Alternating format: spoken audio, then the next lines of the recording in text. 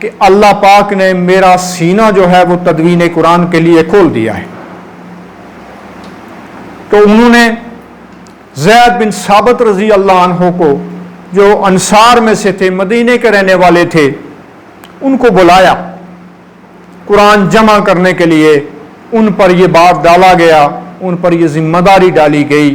تو وہ فرماتے ہیں کہ جب یہ ذمہ داری مجھ پہ ڈالی گئی تو میں نے یہ محسوس کیا کہ ابو بکر صدیق رضی اللہ عنہ یہ فرماتے کہ اس پہاڑ کو یہاں سے اٹھاؤ اور دوسری جگہ رکھ دو تو یہ میرے لیے آسان ہوتا، بجائے اس کے کہ انہوں نے میرے ذمہ یہ کر دیا کہ اس قرآن کو ایک جگہ جمع کرو۔ قرآن پاک میں آتا ہے کہ اگر یہ قرآن لو انزلنا ھذا القرآن، یہ قرآن اگر ہم کسی پہاڑ پہ نازل کرتے تو وہ اللہ کے خوف سے ریزہ ریزہ ہو جاتا۔ لو انزلنا ھذا القرآن علی جبل لرأیتہ خاشعا متصدعا من خشیۃ اللہ۔ تو میں جب پڑھتا ہوں زید بن ثابت رضی اللہ عنہ کی یہ بات تو مجھے قرآن کی بے ساختہ یہ آیت یاد آ جاتی ہے کہ اگر مجھے یہ کہا جاتا کہ یہ پہاڑ اٹھاؤ اور دوسری جگہ رکھ دو تو میں یہ تو میں کر سکتا تھا، لیکن قرآن کو جمع کرنا میرے لیے اتنا مشکل کام تھا۔ تو عزیزو، عمر رضی اللہ عنہ کا زمانہ بھی گزرا، ابو بکر صدیق رضی اللہ عنہ کا بھی زمانہ گزرا، اور عثمان رضی اللہ عنہ کا بھی زمانہ گزر رہا تھا کہ یہ قرآن جمع ہو کے ایک کمیٹی نے جمع کیا، اور اسے جب جمع کیا گیا تو آج تک ہم مسلمان اس کو مصحف عثمانی کہتے ہیں۔ مصحف عثمانی، عرب میں اس کو قرآن کوئی نہیں کہتا، قرآن کوئی نہیں کہتا، قرآن وہ ہے جو اس کے اندر جمع کیا گیا ہے۔ اس نسخے کو مصحف عثمانی کہا جاتا ہے۔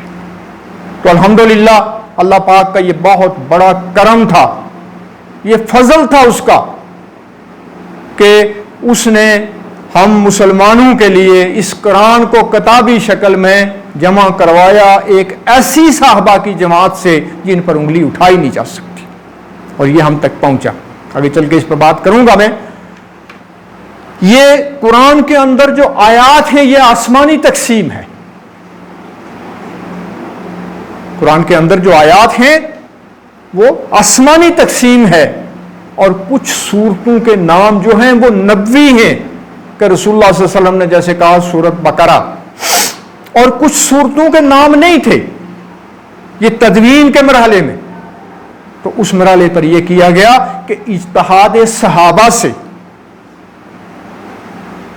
چھوٹے نہیں سمجھتے اجتہاد صحابہ کیا ہوتا ہے، لیکن بڑے لوگ سمجھتے ہیں، آپ سارے لوگ سمجھتے ہیں کہ اجتہاد صحابہ سے یہ طے کیا گیا کہ اس سورت کا نام کیا ہونا چاہیے۔ تو پھر یہ طے ہوا، تو صحابہ کرام کی اس جماعت نے اجتہاد کر کے سورتوں کے نام رکھے، کوئی پہلے سے موجود تھی۔ اور ایک غلطی لگتی ہے لوگوں کو، اس کا ازالہ کر دینا چاہتا ہوں کہ سورت توبہ کے ساتھ بسم اللہ نہیں لکھی گئی، اور لوگ اس کی طرح طرح کی تعویل کرتے ہیں۔ اس کی وجہ یہ تھی کہ سورت توبہ سے پہلے جو سورت موجود ہے، بعض صحابہ کرام کہتے تھے کہ یہ تسلسل ہے توبہ، اور وہ ایک دو صورتیں نہیں ہیں، ایک ہی صورت چلی آ رہی ہے۔ تو اجتہاد جب ہوا، ایک جماعت یہ کہہ رہی تھی کہ یہ الگ صورت ہے پچھلی صورت سے، تو دونوں کی بات رکھ لی گئی کہ صورت الگ کر دی گئی، درمیان میں بسم اللہ نہیں لکھی گئی۔ یہ اس کی وجہ ہے، اور اس کو یاد رکھنے کی بات ہے، یہ طلبہ بھی یاد رکھ سکتے ہیں۔ یہ بڑا سوال اٹھا کرتا ہے کیوں نہیں ہے جی سورت توبہ پہ جو ہے وہ بسم اللہ کیوں نہیں ہے؟ تو میرے دوستو، جب مصحف عثمانی بنا، مصحف عثمانی جب بنا تو اس کے صرف 4 نسخے بنے، اور بعض روایات میں 3 نسخے، چونکہ نسخے قلمی ہوتے تھے، ہاتھ سے بنائے جاتے تھے، تو وہ مختلف گورنروں کو بھیج دیے گئے۔ توجہ چاہوں گا اس میں اپنی طرف آپ کی کہ وہ گورنروں کو بھیج دیے گئے، صوبوں کو بھیج دیے گئے، اور مرکز میں صرف ایک ہی نسخہ رہا۔ میں یہ بتانا اس لیے چاہتا ہوں کہ عام آدمی کے پاس قرآن کا نسخہ سوچ بھی نہیں سکتا تھا آدمی، کہ کسی عام شخص کے پاس، چاہے وہ صحابی تھا، اس کے پاس قرآن کا ایک نسخہ موجود ہو. اور آج ہم پہ اللہ نے اس نعمت کو پورا کر دیا ہے. کیسے پورا کیا ہے؟ کہ آپ کے اس موبائل کے اندر ایک کالے ڈاٹ کے اندر، ایک نقطے کے اندر قرآن موجود ہے. آپ لمحے میں دوسرے کو ٹرانسفر کرتے ہیں. ہم میں سے ہر کوئی نسخہ جو ہے قرآن کا مفت پیش کرتا ہے دوسرے کو، لیکن صحابہ کرام کو، تابعین کو، تبع تابعین کو یہ سہولت موجود نہیں تھی.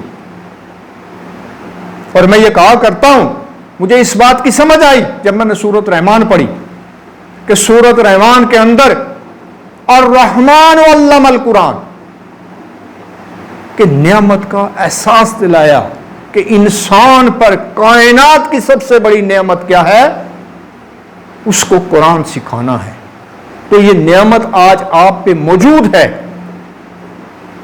میں اس بات کو پھر دہراؤں گا، جس کی سمجھ میں نے یہ نہ آیا ہو کہ 4 نسخے بنے، گورنروں کو بھیج دیے گئے، عام آدمی کے پاس قرآن تھا ہی نہیں. اور آج آپ کی صورتحال یہ ہے کہ ایک موبائل کے کالے نقطے کے اندر جو ہے وہ تفسیر بھی موجود ہے. میرے موبائل میں 32-34 تفاسیر قرآن بھی ہے، 1 سیکنڈ میں ٹرانسفر بھی کرتے ہیں اور نسخے لوگوں کو مفت بھی دیتے ہیں. یہ اللہ کا بہت بڑا احسان ہے اور نعمت پوری کر رہا ہے یہ اللہ ہم پر آج. کیوں؟ اللہ نے کائنات کی سب سے بڑی نعمت اس کو کہا ہے قرآن کو. الرحمن علم القرآن، ایک طرف اس کا رحمان ہونا اور دوسری طرف قرآن کو سکھانا. الرحمن علم القرآن کہ رحمان وہ ہے، رحم کرنے والا وہ ہے جس نے سب سے بڑی رحم کی. کیا رحم کی؟ سب سے بڑی رحمت آپ پہ یہ کی کہ آپ کو قرآن دیا اور سکھایا. اور پھر یہی نہیں کہا فَبِأَيِّ آلَاءِ رَبِّكُمَا تُكَذِّبَانِ، 33 مرتبہ بعد میں دہرایا اس بات کو سورۃ رحمان کے اندر. سب سے پہلے یہ کہا کہ الرحمن علم القرآن، اور پھر کہا فَبِأَيِّ آلَاءِ رَبِّكُمَا تُكَذِّبَانِ. کس کس نعمت کو جھٹلاؤ؟ اور یہ بات 33 مرتبہ کہتا ہے اللہ رب العالمین. تو میرے دوستو، یہ بہت زور دے کے کہنے کی وجہ میری یہ ہے کہ اس قرآن سے بیگانہ نہ رہو، اس کو اتارو اپنے سینے، اس سے استفادہ کرو. یہ روشنی لے کے دیکھو، یہ اندر کی روشنی باہر کی روشنی اسے کتنی زیادہ مفید، کتنی زیادہ خوبصورت ہے. یہ جو دنیا آپ دیکھ رہے ہیں آنکھیں کھول کے، اس سے کہیں زیادہ جب قرآن آپ اندر لیتے ہیں تو آپ کی اندر کی دنیا حسین ہو جاتی. یہ قرآن سیکھیں، اس کا بڑا پچھتاوا ہوگا. رسول اللہ صلی اللہ علیہ وسلم کہیں گے روز حشر کو کہ میری اس امت نے قرآن چھوڑ رکھا تھا، وہ کیا کیفیت ہوگی.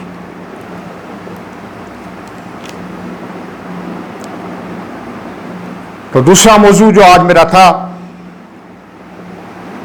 وہ قرآن عظیم ضابطۂ حیات ہے، بلکہ مکمل ضابطۂ حیات ہے.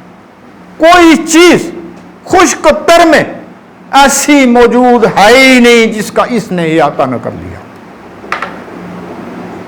انسان کی کوئی ضرورت ایسی ہے ہی نہیں جس کو پورا کرنے کے لیے اس نے سیدھا راستہ نہیں بتایا. راستہ بتاتا ہے. ان ھذا القرآن یہدی للتی ہی اقوم، قرآن کے الفاظ ہیں، سورۃ بنی اسرائیل آیت نمبر 9 ہے. ان ھذا القرآن یہدی للتی ہی اقوم، یہ وہ قرآن ہے جو سب سے سیدھا راستہ دکھاتا ہے. وہ راستہ کیا ہے؟ وہ راستہ ہے والعصر ان الانسان لفی خسر الا الذین آمنوا وعملوا الصالحات وتواصوا بالحق وتواصوا بالصبر. کہ انسان ہے ہی خسارے میں. جب سے یہ پیدا ہوا، اس کو زمین پر بھیجا گیا، یہ خسارے ہی خسارے میں ہے. اور خسارے سے بچنے کی تدبیر کیا ہے؟ اسی صورت کے اندر موجود ہے. الا الذین آمنوا، ایمان لانا ہے، ایمان لانا ہے اس خسارے سے بچنے کے لیے. اور اسے صرف خسارہ نہیں کہا گیا قرآن عظیم نے اپنی زبان میں اسے کہا ذالک هو الخسران المبین، یہ اتنا بڑا خسارہ ہے، یہ اتنا بڑا خسارہ ہے جس کا احاطہ انسان کر ہی نہیں سکتا اور اس دنیا میں اس کے بارے میں سوچ بھی نہیں سکتا۔ اب کیا کرنا ہے؟ کیا لا عمل دیتا ہے؟ وہ بھی اس کے اپنے اندر موجود ہے۔ خوبصورت معاشرت، وَإِذَا أَخَذْنَا بَنِي إِسْرَائِيلَ لَا تَعْبُدُونَ إِلَّا اللَّهَ وَبِالْوَالِدَيْنِ إِحْسَانًا وَذِي الْقُرْبَى وَالْيَتَامَى وَالْمَسَاكِينِ وَقُولُوا لِلنَّاسِ حُسْنًا۔ بولنے کا طریقہ بھی سکھاتا ہے کہ ہم نے بنی اسرائیل کو یہ کہا تھا کہ سوا اللہ کے کسی کی عبادت نہیں کرنا، اپنے والدین کے ساتھ احسان کرنا، یتیموں کو دیکھنا، مسکینوں کو دیکھنا، مسافروں کو دیکھنا، نماز ادا کرتے رہنا اور زکات دیتے رہنا۔ اب یہ خوبصورت معاشرے کی تشکیل، ان چیزوں سے معاشرہ بنتا ہے۔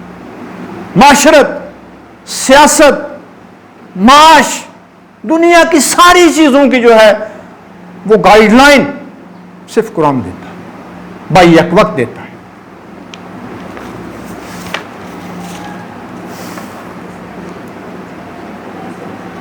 ایک طرف یہ گائیڈ لائن ہے اور دوسری طرف قرآن جو ہے وہ اس دنیا کی بے ثباتی آپ کے سامنے رکھتا ہے کہ یہ دنیا ہے کیسی، کتنی ایک بنائی گئی ہے۔ وَاضْرِبْ لَهُم مَثَلَ الْحَيَاةِ الدُّنْيَا كَمَاءٍ أَنزَلْنَاهُ مِنَ السَّمَاءِ فَاخْتَلَطَ بِهِ نَبَاتُ الْأَرْضِ فَأَصْبَحَ هَشِيمًا تَذْرُوهُ الرِّيَاحُ وَكَانَ اللَّهُ عَلَى كُلِّ شَيْءٍ مُقْتَدِرًا۔ کہ یہ جو دنیا آپ کو نظر آ رہی ہے، اللہ رب العالمین کہتے ہیں اپنے نبی سے کہ اس کی مثال لوگوں کے سامنے بیان کر کے رکھ دو، کہ اس کی مثال صرف اتنی سی ہے کہ جیسے ہم نے آسمان سے پانی برسایا، کسی کھیتی نے جو ہے فصل اگایا، کہیں رویدگی ہو گئی، کہیں ہریالی ہو گئی اور ناگہاں اس پہ کوئی آفت آ گئی، پھر وہ خشک ہو گئی، پھر وہ ماری گئی، پھر اس کا نام و نشان نہیں بچا، وہ چورا چورا ہو گئی اور پھر اس کو ہوا اٹھاتے ادھر سے ادھر اٹھاتی پھرتی ہے۔ یہ ہے دنیا کی مثال۔ سورۃ کاف کے اندر وسط میں یہ آیت آتی ہے وَاضْرِبْ لَهُم مَثَلَ الْحَيَاةِ الدُّنْيَا كَمَاءٍ أَنزَلْنَاهُ فَاخْتَلَطَ۔ اور اس کیفیت کو پنجابی میں پرالی کہتے ہیں، جو کھیتوں سے بچی ہوئی چیز اڑتی رہتی ہے، اور میری پہاڑی زبان میں اس کو پکی کہتے ہیں۔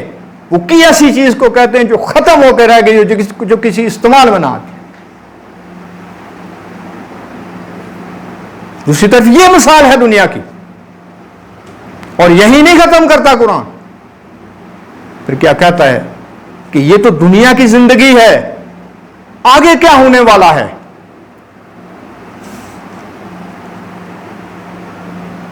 آگے جو ہونے والا ہے اس کے بارے میں جا بجا قرآن میں کہاں سے میں جو آپ کو بتاؤں کیا ہونے والا ہے، اس کے ساتھ کیا کیفیت بتاتا ہے قرآن۔ اور فرمایا وجاءت سکرۃ الموت بالحق ذالک ما کنت منہ تحید، کہ موت کی غشی اس لیے طاری کی جاتی ہے تاکہ تمہارے سامنے وہ کیفیت آ جائے، اور یہ وہ موت ہے جس سے تو ساری زندگی بتکتا اور بھاگتا رہا، سے بتکتا ہے، تو بھاگتا ہے۔ بتکنا کیا ہوتا ہے؟ مثال دیتا ہوں کہ کسی جانور نے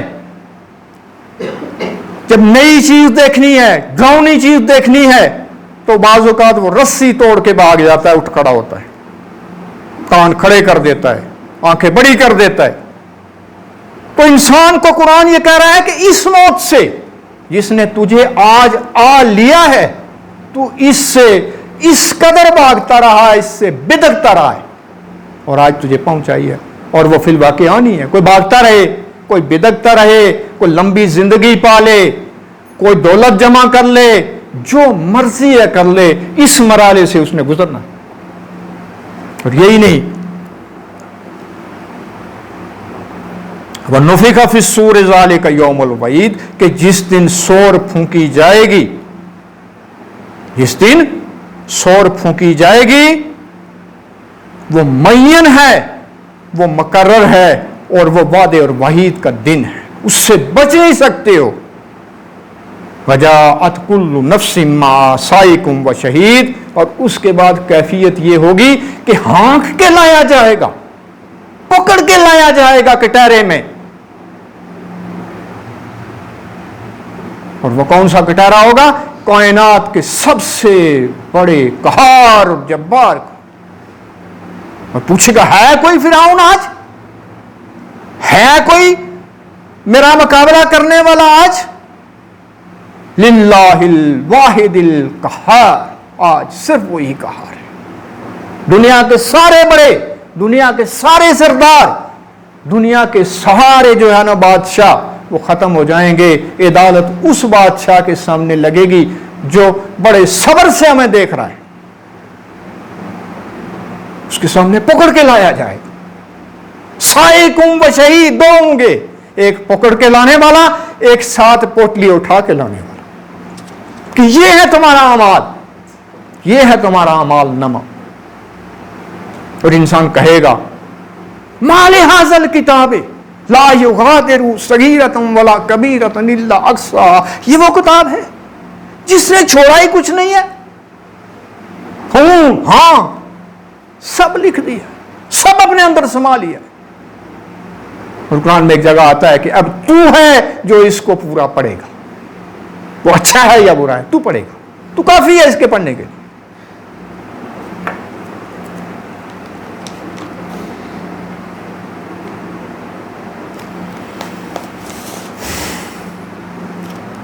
لَقَدْ كُنْتَ فِي غَفْلَةٍ مِنْ هَٰذَا فَكَشَفْنَا عَنْكَ غِطَاءَكَ فَبَصَرُكَ الْيَوْمَ يَوْمَ الْحَدِيدِ کہ نگاہ تیری اس دن تیز کر دی جائے گی یہ دیکھنے کے لیے. اور حدیثوں کے اندر آتا ہے کہ انسانی نگاہ جو ہے بہت کم کام کرتی ہے یہاں، لیکن جب موت آ جائے گی اس پر، فرشتہ پہنچائے گا تو دور تک وہ دیکھے گی. اپنے اعمال سے جنت اور جہنم اس کے سامنے آ جائیں گے، تیز کر دی جائے گی اس کی نگاہ، سب اس کے سامنے کھل جائے گا. اور موت کے وقت ہی کھل جائے گا کہ میں نے کس راستے پہ آج گامزن ہوں، کدھر جانا ہے میں نے آج، یہ اس پہ واضح ہو جائے گا موت کے وقت. وَقَالَ قَرِينُهُ هَٰذَا مَا لَدَيَّ عَتِيدٌ اس کے ساتھ کا فرشتہ جان نشین کہے گا یہ ہے اس کا اعمال، یہ حاضر ہے. پوٹلی اٹھا کے سامنے رکھ دے گا، کتاب سامنے رکھ دے گا.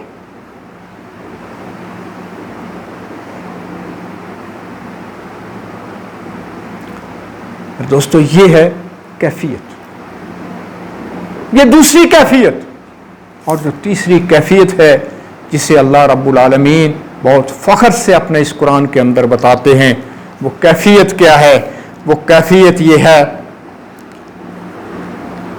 کہ سابقوا الی مغفرۃ من ربکم عرضها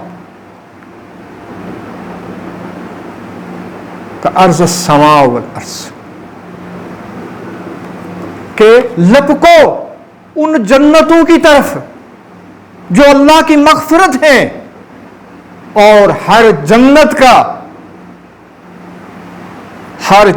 کا حجم، اس کا عرض، اس کا طول اس آسمان کے عرض کے برابر ہے. حدیث میں آتا ہے کہ آخری درجے کا جنتی جس کے بعد کوئی اور جنت میں نہیں ہوگا جائے گا، اس جنتی کو اس دنیا سے بڑی جنت عطا ہوگی. یہ جو آپ کو نظر آ رہی ہے نا اکیلے کو، یہ نہیں کہ وہ کوئی اسپتال کا وارڈ ہوگا، ایک بندہ یہاں لیٹا ہوگا، دوسرا اس کے ساتھ لیٹا ہوگا، تیسرا اس کے، یہ تصور نہیں ہے جنت کا. جنت جو ہے وہ اللہ کا شاکار ہے. اور ایک جگہ آتا ہے کہ کسی دماغ پہ کسی آنکھ نے اس کو دیکھا ہی نہیں, کسی آنکھ نے اللہ کے سوا, ایسی جنت ہے اللہ کے سوا کسی آنکھ نے اس کو نہیں دیکھا. سورۃ سجدہ کے اندر یہ آیت آتی ہے. اور کسی پر اس کا گمان تک بھی نہیں گزرا, کسی نے نہیں دیکھا ہوا. اللہ کیسی جنت انسان کو دینے والا ہے. اعدت للذین آمنوا باللہ ورسولہ, وہ کس کو ملے گی؟ تیار کس کے لیے کی گئی ہے؟ جنہوں نے ایمان لایا اللہ پر, اس کے رسول, جنہوں نے ایمان لایا اللہ کے اور اس کے رسول پہ.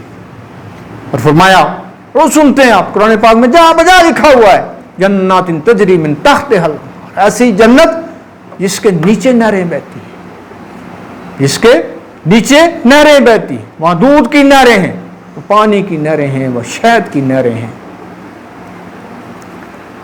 سورۃ واقعہ کے اندر بہت خوبصورت نقشہ اس کا میں آپ کے سامنے رکھتا ہوں.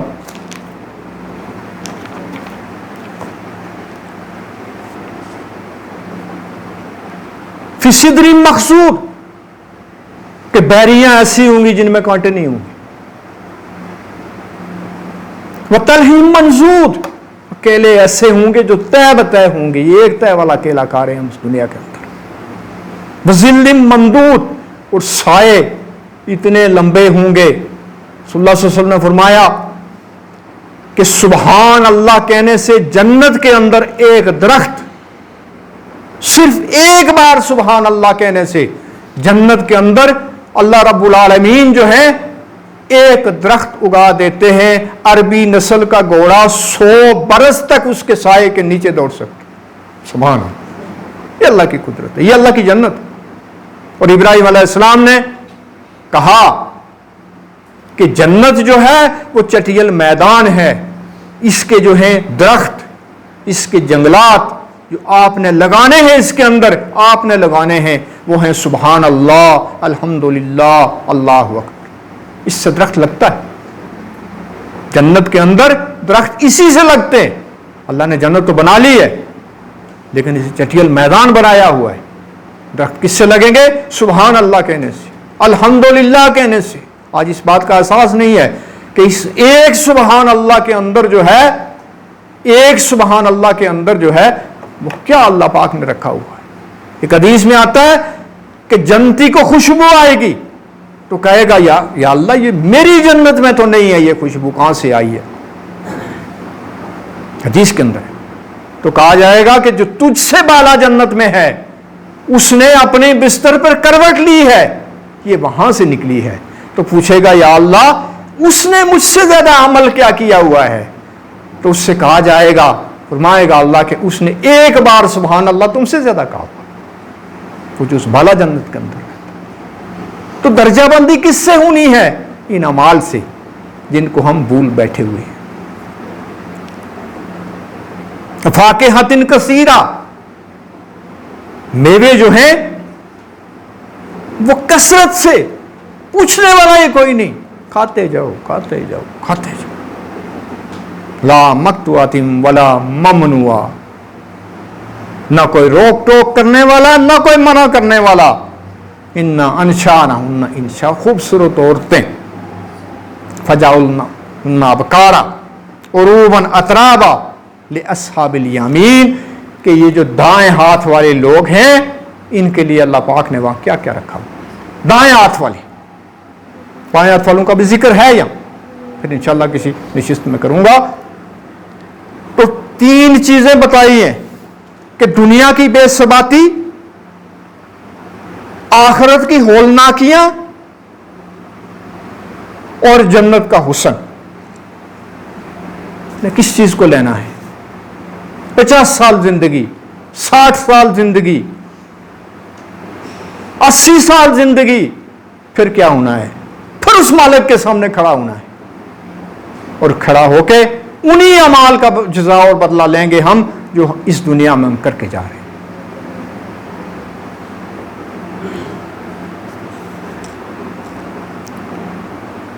اور میری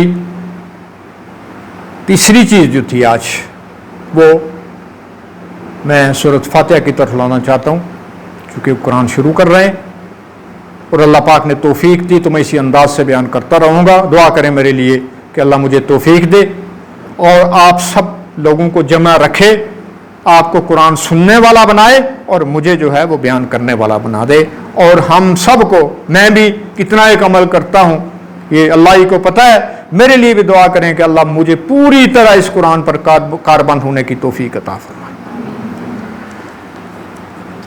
تو آج میں بیان کروں گا سورۃ فاتحہ کی عظمت۔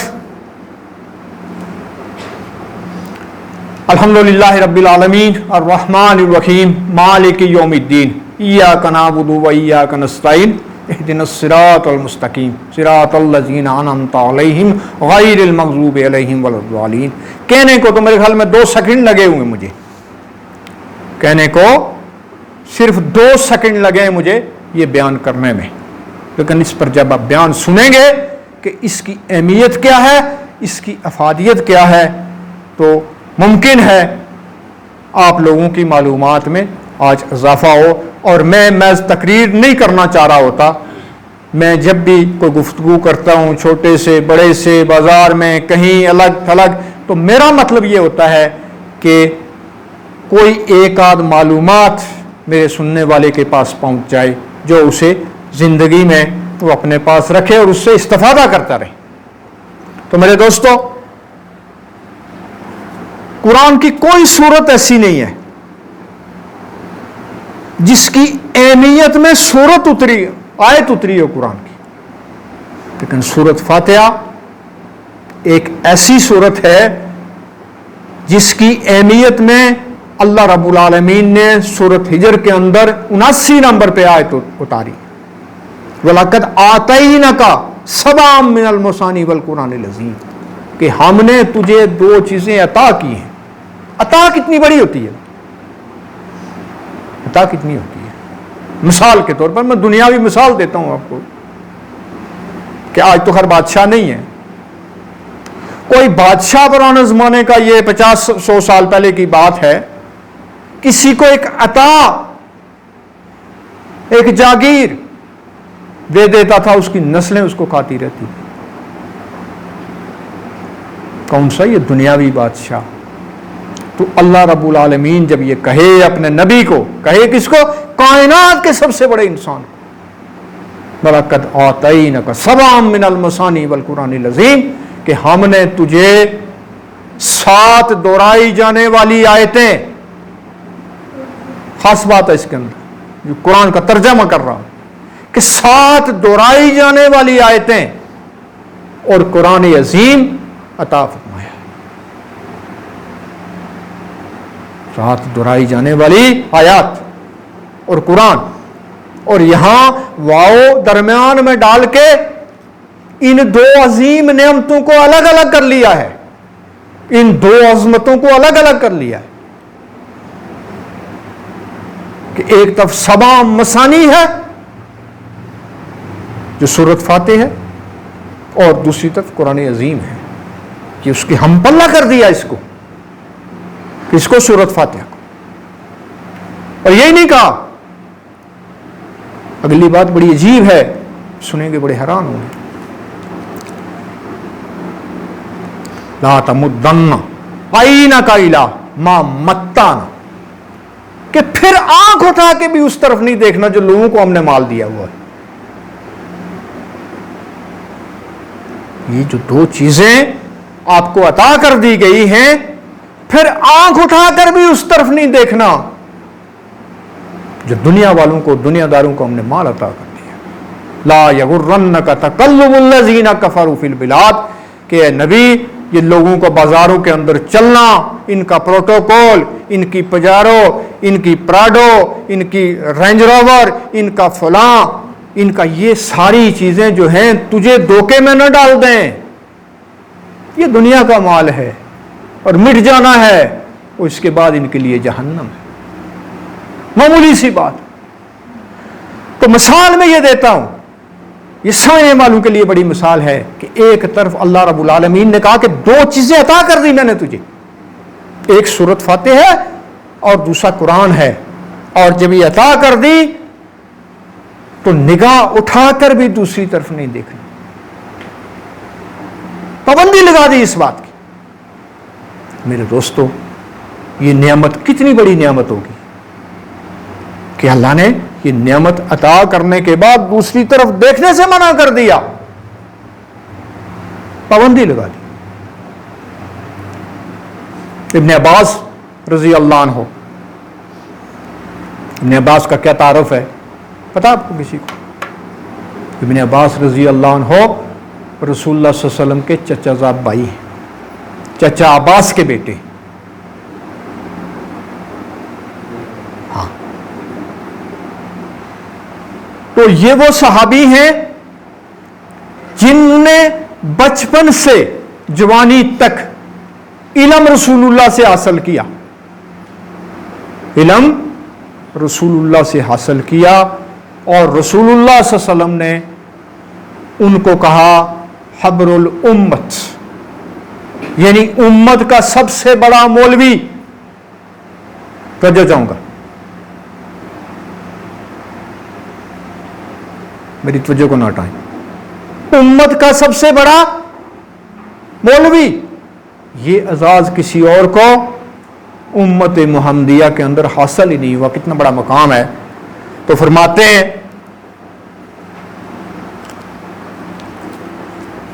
کہ جبریل علیہ السلام رسول اللہ صلی اللہ علیہ وسلم کے ساتھ بیٹھے ہوئے تھے زمین پر، اور آسمانوں کے اندر ایک زوردار آواز آئی۔ رسول اللہ صلی اللہ علیہ وسلم نے نگاہ اٹھا کے دیکھا آسمان کی طرف، خاصا بڑا دھماکہ تھا، آواز تھی۔ تو جبریل علیہ السلام نے کہا کہ آج آسمان کا وہ دروازہ کھلا ہے جو اس سے پہلے کبھی نہیں کھلا۔ تو میں نے پچھلی نشست میں آپ کو بتایا تھا کہ آسمان کی موٹائی جو ہے وہ حدیث میں آتا ہے 500 سال کی مسافت ہے۔ تو 500 سال کی مسافت والا دروازہ، اس موٹائی اور قد کاٹھ والے دروازہ جب کھلا ہوگا تو کوئی آواز آئی ہوگی۔ تو کہا کہ اے محمد صلی اللہ علیہ وسلم، آج وہ فرشتہ نازل ہوا ہے جو کبھی زمین کی طرف آیا ہی نہیں، آج وہ فرشتہ آ رہا ہے۔ تو فرشتہ حاضر ہوا اور اس نے کہا کہ اے محمد صلی اللہ علیہ وسلم خوش ہو جائیے، اللہ پاک نے آپ کو 2 تحفے دیے جو کائنات میں کسی کو نہیں دیے۔ آج 2 تحفے آپ کی طرف بھیجے ہیں، ایک سورت فاتحہ ہے اور ایک سورت بقرہ کی آخری آیات۔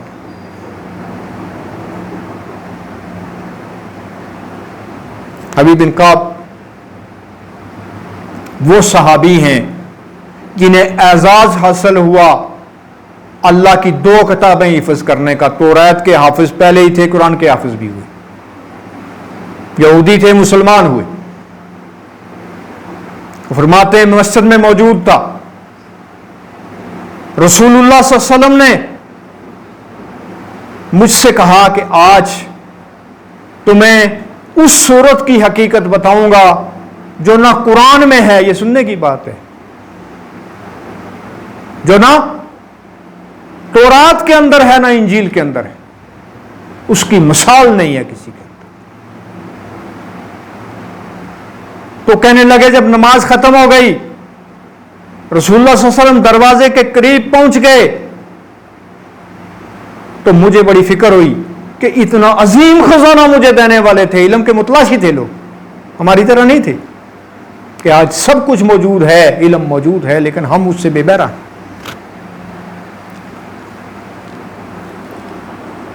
تو یاد دلایا کہ یا رسول اللہ آپ نے کو وعدہ کیا تھا میرے ساتھ مسجد کے اندر۔ تو متوجہ ہوئے رسول اللہ صلی اللہ علیہ وسلم، تو پوچھا نماز میں کیا پڑھتے ہو؟ کہا پڑھتا ہوں الحمدللہ رب العالمین۔ تو کہا حیم حیم، یہی ہے یہی ہے یہی ہے سبام مسانی، جس کی مثال نہ قرآن میں ہے، نہ تورات میں ہے، نہ انجیل کے اندر۔ دوستو الحمدللہ امت مسلمہ کے ہر آدمی کو یہ یاد ہے، اس کی یہ بھی بڑی اہمیت۔ اب یہ دی کیوں گئی ہمیں؟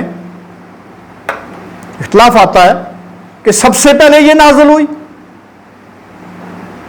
اقرا بسم ہوئی یا سورۃ مدثر ہوئی، اس کے اندر اختلاف ہے، لیکن بہرحال اس پہ اجماع ہے کہ یہ اسلام کے بہت ابتدائی دنوں میں نماز کے ساتھ ہی ساتھ نازل ہو۔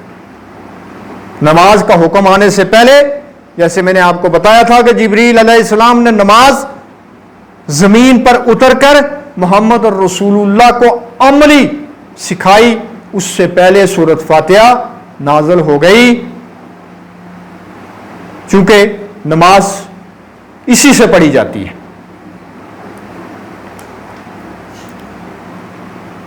تو سورۃ فاتحہ ابتدائی دنوں میں نازل ہوئی، یہ مکی سورت ہے، اور مسلم کے اندر حدیث آتی ہے ابو ہریرہ رضی اللہ عنہ سے، اور حدیث قدسی ہے۔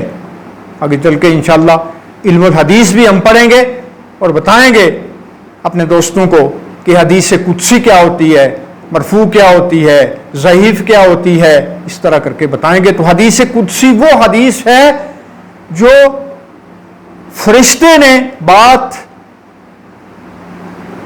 رسول اللہ صلی اللہ علیہ وسلم کو بتائی اور وہ قرآن میں نہیں آئی، وہ حدیث قدسی کہلاتی ہے، یعنی فرشتے کی بتائی ہوئی بات۔ تو بتایا کہ جب کوئی انسان کہ اللہ رب العالمین نے کہا کہ نماز تقسیم ہو گئی میرے بندے اور میرے مابین، یعنی میرے درمیان اور میرے بندے کے درمیان آدھی آدھی، کیا چیز تقسیم ہوئی؟ نماز۔ بہت سننے والی بات ہے یہ، اور یہ حدیث اپنے پلے باندھنے والی بات ہے کہ نماز تقسیم ہو گئی، بٹ گئی میرے درمیان اور میرے بندے کے درمیان، اور وہ ہے کیا؟ نماز کا ذکر کیا اور فرمایا جب کوئی بندہ کہتا ہے الحمدللہ رب العالمین،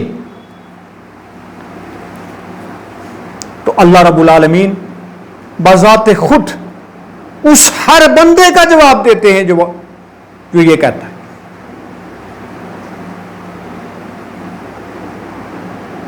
ہر بندے کا رب العالمین جواب دیتا ہے، اور رب العالمین فرماتا ہے، وقت تھوڑا رہ گیا، میں عربی میں نہیں بتا سکتا آپ کو، اس کا ترجمہ بتا رہا ہوں کہ میرے بندے نے میری تعریف کی، اللہ کہتا ہے،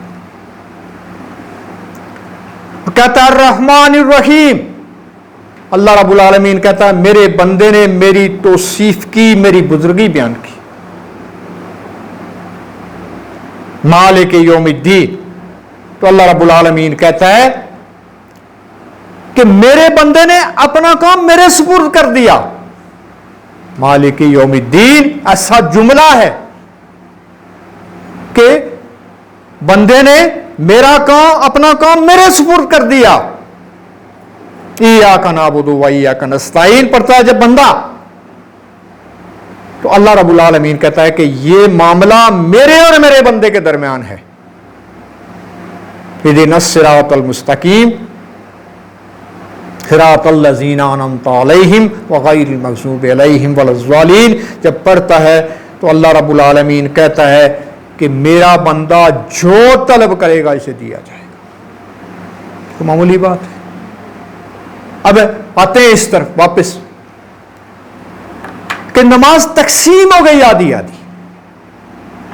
آج ہی کوئی تجربہ کر کے دیکھ لیں، قرآن پاک کا نسخہ لیں اپنے ہاتھ میں اور سورۃ فاتحہ کو پیمائش کریں، سنچیوں کے اندر پیمائش کریں آپ اس کو، آدھی بندے کی دعا اور آدھی اللہ کی تعریف۔ آدھی بندے کی دعا ہے اور آدھی اللہ کی تعریف ہے۔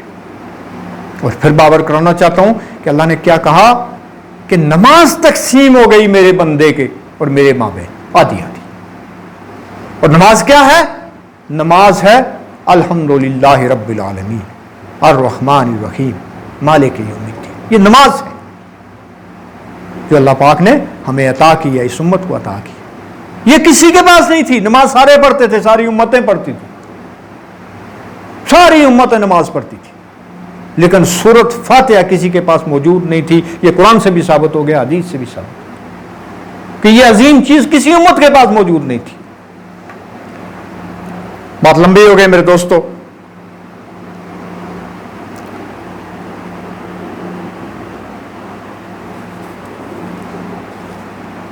تو حدیث کے اندر آتا ہے کہ عبادہ بن صامت رضی اللہ عنہ فرماتے ہیں کہ رسول اللہ صلی اللہ علیہ وسلم نے فرمایا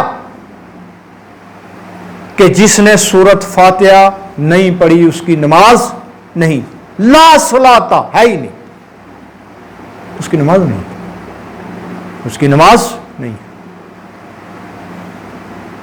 اور ابو ہریرہ سے حدیث آتی ہے کہ رسول اللہ صلی اللہ علیہ وسلم نے فرمایا کہ جس نے سورت فاتحہ نہیں پڑھی اس کی نماز خدیجن خدیجن خدیجن, نامکمل ہے, نامکمل ہے, نامکمل ہے. کہ نماز نامکمل. تو میرے دوستو, نماز کا وقت چونکہ قریب ہے, میں اس کو تھوڑا سا اور بھی بیان کرتا, تو پھر بھی میں آپ سامعین سے, شرکائے محفل سے پھر یہ بات کہوں گا. میں آج پھر اسی نقطے پہ آیا ہوں کہ نماز پڑھنی ہے, ہر صورت پڑھنی ہے, کسی صورت نہیں چھوڑنی, لیکن نماز صرف پڑھنی نہیں. رسول اللہ صلی اللہ علیہ وسلم نے فرمایا کہ صلو کما رأیتمونی اصلی, نماز اس طرح پڑھو جس طرح مجھے پڑھتے ہوئے دیکھا ہے. اب نماز کیسے پڑھی رسول اللہ صلی اللہ علیہ وسلم نے؟ ساری حدیث کے اندر موجود ہے. بخاری کے اندر ہے, مسلم کے اندر ہے, ابو داؤد کے اندر ہے, حدیث نام کی جو بھی کتاب ہے سب کے اندر ہے. اس کو چھپایا جا رہا ہے میرے دوستوں. اب حیران ہوں گے حدیث پڑھ کے, اس کو چھپایا جا رہا ہے, اس نماز کو لوگوں پر سے روکا جا رہا ہے. اگر آپ نے نماز پڑھنی ہے تو آپ نے حدیث کا مطالعہ کرنا ہوگا, اور آپ نے اگر نماز پڑھنی ہے تو اس بات کی کھوج کرنی ہوگی کہ رسول اللہ صلی اللہ علیہ وسلم کو نماز جبریل علیہ السلام نے زمین پر اتر کر معلم بن کر طریقہ اور اوقات بتا کے 10 نمازیں پڑھائی. کبھی کوئی مولوی یہ بات نہیں بتائے گا آپ کو, میں سچی بات کروں, آج تک نہیں سنا کسی کے منہ سے. میں نے خود پڑھا حدیث, بے شمار حدیثیں موجود ہیں, ساری صحیح حدیثیں موجود, اور بڑے بڑے جلیل القدر صحابہ سے آ رہی ہے یہ حدیث کہ رسول اللہ صلی اللہ علیہ وسلم کو نماز سکھائی گئی. خود رسول اللہ صلی اللہ علیہ وسلم نے فرمایا کہ میرے امام ہوئے جبریل,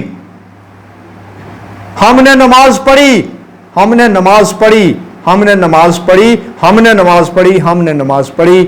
اور صحابی کہنے والے کہتے ہیں گنتے تھے 5 انگلیوں پر, یعنی 5 نمازیں رسول اللہ صلی اللہ علیہ وسلم نے صحابہ کے سامنے یہ اعتراف کیا کہ مجھے یہ نمازیں سکھائی گئی, اور جب مجھے سکھائی گئی ہیں تو تم کیسے پڑھو جیسے میں پڑھتا ہوں. تو اس بات کی کھوج کرنی ہے نا سب نے کہ نماز پڑھنی کیسے ہے. ہاں, اس بات کی کھوج سب نے کرنی ہے. ایسے نہ ہو کہ ہم جو ہے وہ قبر سے ہوتے ہوئے قیامت جب پہنچیں تو سب سے پہلے پیش ہونی ہے نماز اللہ کے سامنے, تو اللہ رب العالمین یہ کہے کہ ہاں تو ٹکریں مارتا رہا نا زمین پر, ان میں سے ایک نماز بھی ایسی نہیں ہے جو تو نے میرے رسول کے طریقے پر پڑھی. اور رسول کا طریقہ کیا تھا جو اللہ کو پسند تھا؟ جبریل کے ذریعے. نماز جبریل کو کس نے سکھائی؟ سوچے نا, کس نے سکھائی جبریل کو؟ جبریل کو اللہ نے سکھائی. یہ حدیث موجود ہے کہ جبریل کو نماز اللہ نے سکھائی اور محمد رسول اللہ کو جبریل نے سکھائی, اور امت کو محمد رسول اللہ نے تلقین کر دی کہ پڑھو ویسے جیسے مجھے پڑھتے ہوئے دیکھا ہے. تو میرے دوستو, بہت سوچنے والی آخری بات جو میں آپ کے سامنے چھوڑ کے جا رہا ہوں وہ یہ ہے کہ نماز آپ پڑھتے رہیں, مطابقت اس نماز سے نہ ہو جو اللہ رب العالمین نے جبریل علیہ السلام کو سکھائی اور جو جبریل علیہ السلام نے محمد رسول اللہ کو سکھائی اور جو محمد رسول اللہ نے اپنے صحابہ کو سکھائی، اس سے اگر مطابقت نہیں ہوگی تو اصحاب کے پلڑے میں نہیں رکھی جائے گی، یہ پکی بات ہے۔ سبحان ربک رب العزت عما یصفون والسلام علی المرسلین والحمد للہ رب العالمین۔